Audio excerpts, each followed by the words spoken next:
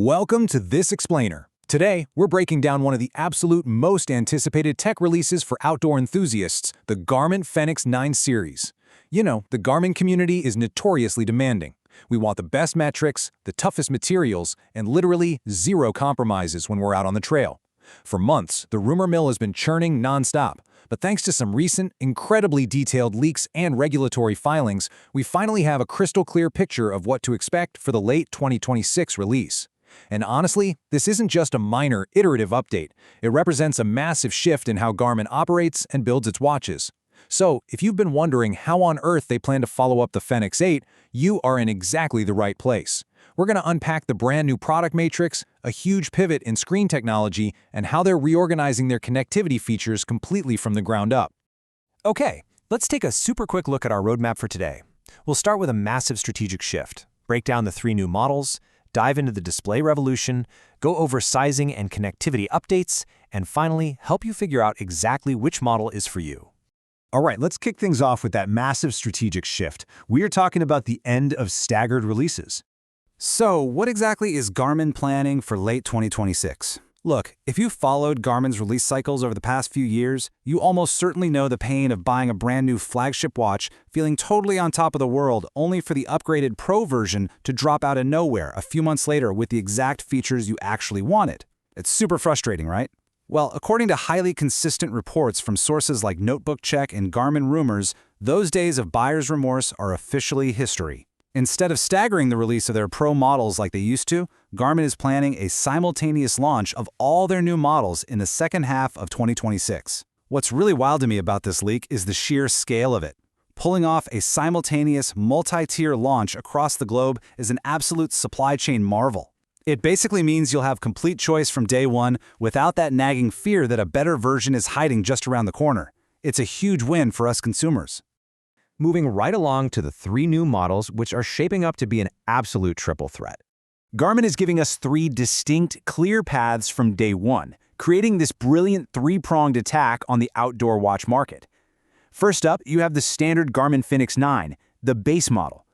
This is your entry point to the series, expected to be the most affordable option while still delivering that incredibly rugged premium Fenix experience we all expect. Next, stepping up, we have the Fenix 9 Pro. This one is absolutely shaping up to be the new enthusiast favorite. You get all the premium materials. We're talking titanium, sapphire glass, top-tier sensors, but without being forced to pay for extra satellite hardware you might never even use. Finally, rounding out the top tier is the Fenix 9 Pro inReach. This takes the Pro model and bakes crucial inReach satellite communication and LTE connectivity right in. It's undoubtedly going to be the priciest and most capable model in the lineup, essentially the ultimate survival tool for those who truly go off the grid and need an absolute lifeline. Next up, let's talk screens. Welcome to the display revolution, or as I like to call it, the screen wars. Before we compare how the different models handle displays, let's take a second to talk about the legendary MiP display. That stands for Memory in Pixel.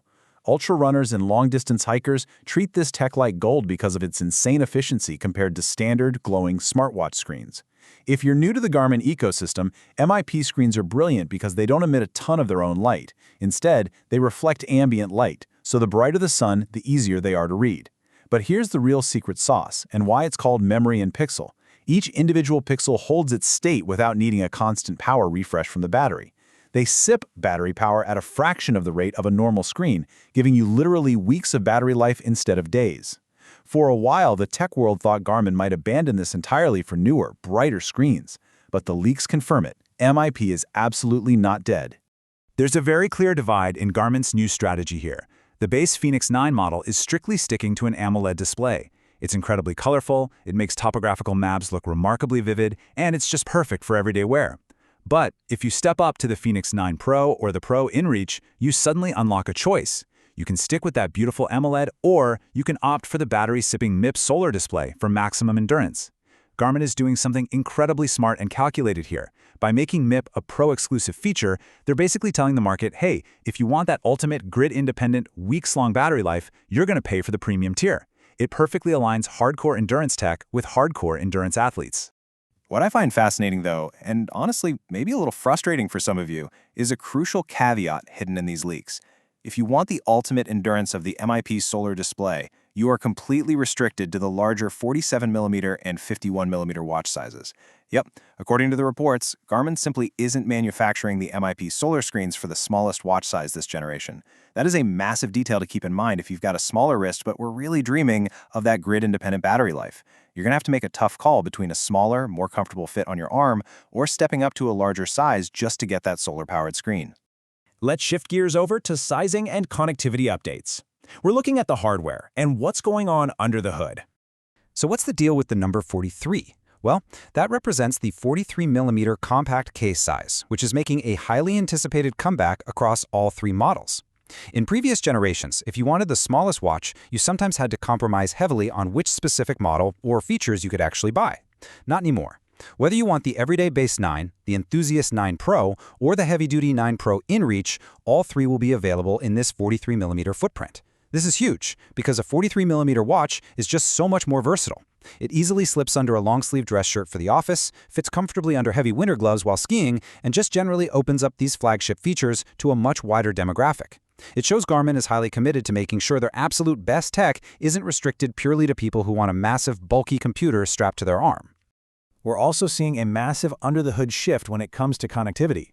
Unlike the Fenix 8 generation, Garmin is decoupling LTE from the standard Pro model entirely. Instead, they're bundling all satellite and cellular functions exclusively into the inReach model.